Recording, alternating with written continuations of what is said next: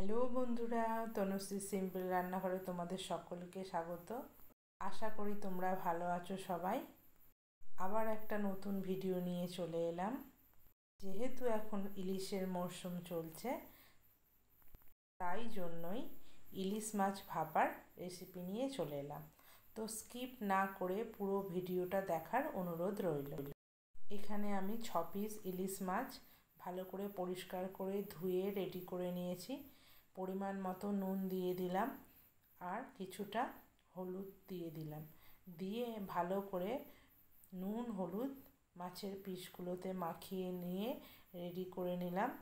আর একটা ছোট পাত্রে কিছুটা কালো সরিষা ও কিছুটা সাদা সরিষা নিয়ে সরিষার মধ্যে জল দিয়ে আমি 20 থেকে 25 মিনিটের জন্য সরিষাগুলোকে ভিজিয়ে রেখে দেব। 20 থেকে 25 মিনিট ভেজানোর পর সরিষাগুলো অতিরিক্ত জলটা ফেলে দিয়ে ছাঁকনির সাহায্যে একটা মিক্সিং বোলে সরিষাগুলো নিয়ে নিলাম এবং পরিমাণ মতো যে যেমন ঝাল খায় সেই মতো কাঁচা লঙ্কা নিয়ে নিলাম আর কিছুটা নুন দিয়ে দিলাম। দিয়ে মশলাটাকে মিক্সিতে পেস্ট করে নিলাম। পেস্ট করে নেওয়ার পর একটা বড় পাত্রে একটা বড় ছাঁকনির সাহায্যে আমি সরিষাগুলোকে জল দিয়ে গুলে ভালো করে ছেঁকে নিলাম এবং 2 চামচ টক দই ওই মশলার মধ্যে দিয়ে দিলাম আর একটু পরিমাণ মতো হলুদ দিয়ে ভালো করে মশলাটাকে মিশিয়ে নিলাম। এরপর ওভেনের ওপর কড়াই বসিয়ে কড়াইয়ের মধ্যে মশলা পেস্টের জলটা ঢেলে দিলাম।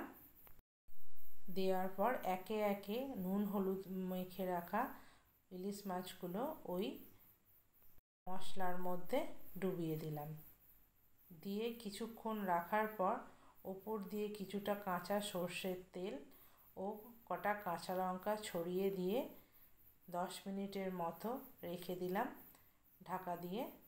তারপর ওভেনটা জ্বালিয়ে 5 থেকে 7 মিনিট ফুটিয়ে নিলেই রেডি ইলিশ মাছ ভাপে। তো বন্ধুরা দেখো, খুবই সহজ এই ইলিশ মাছ ভাপা বানানো। তারপর ঝোলটা ফোটা বন্ধ হলেই ওপর দিয়ে আরও কিছুটা কাঁচা তেল ছড়িয়ে দিয়ে রেডি করে নিলাম ইলিশ মাছ ভাপা। খুব সহজে বানিয়ে দিলাম ইলিশ মাছ ভাপা। অবশ্যই তোমরাও এইভাবে বাড়িতে ইলিশ মাছ ভাপা ট্রাই করো।